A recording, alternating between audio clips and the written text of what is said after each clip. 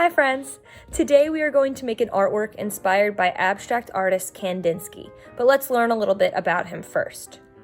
Kandinsky is considered one of the founders of abstract art. Just like we learned with our Mondrian-inspired artwork, abstract art doesn't typically have a recognizable subject. It's mainly just shape and color. Kandinsky actually started off as a teacher and then later became an artist.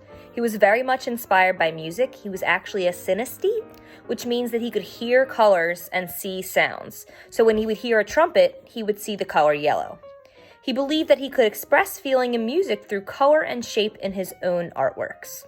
One of the shapes that he used the most in his work was the circle.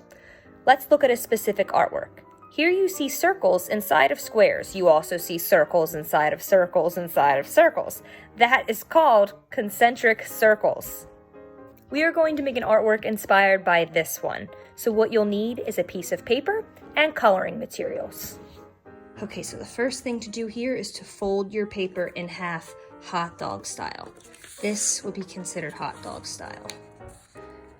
So once you fold, your paper should be long like this. Okay, now we're going to open it back up, and then we are going to fold it in half once hamburger style. Okay, so we have hamburger style. Okay. Okay, so now it's time for us to get our coloring materials. Now you can use one type of coloring material. For instance, you can use crayon for your entire work.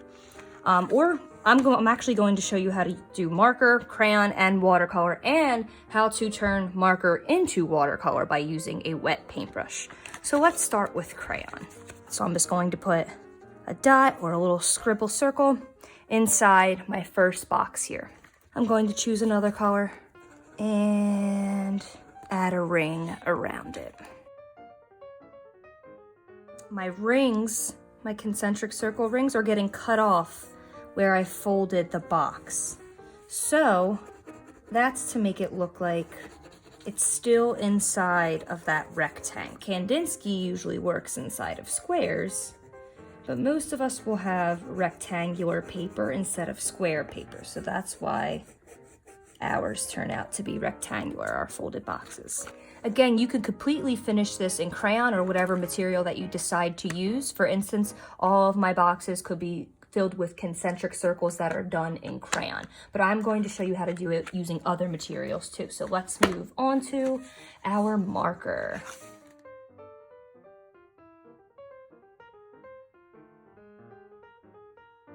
Okay, so now I have one marker one done, and I'm actually going to do another one with marker, and you will see why in a moment. Okay, so I have my second marker concentric circles done here. Now I'm going to show you how to turn this into watercolor. You need to make sure that the markers that you use are washable. Crayola markers are washable, so this technique I'm going to show you will work.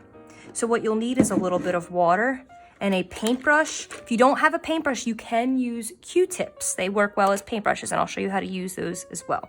Don't want it to be dripping. I just want the bristles to be wet so that they can move some of this marker around. And you also don't want your paintbrush to be too wet, because if it is, it will make your paper too wet, and that can make holes.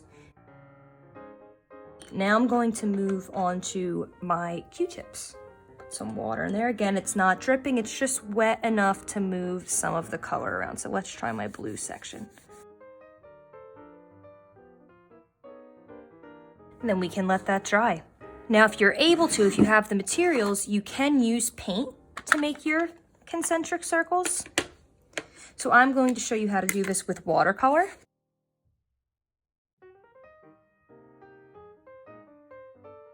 And now we let it dry.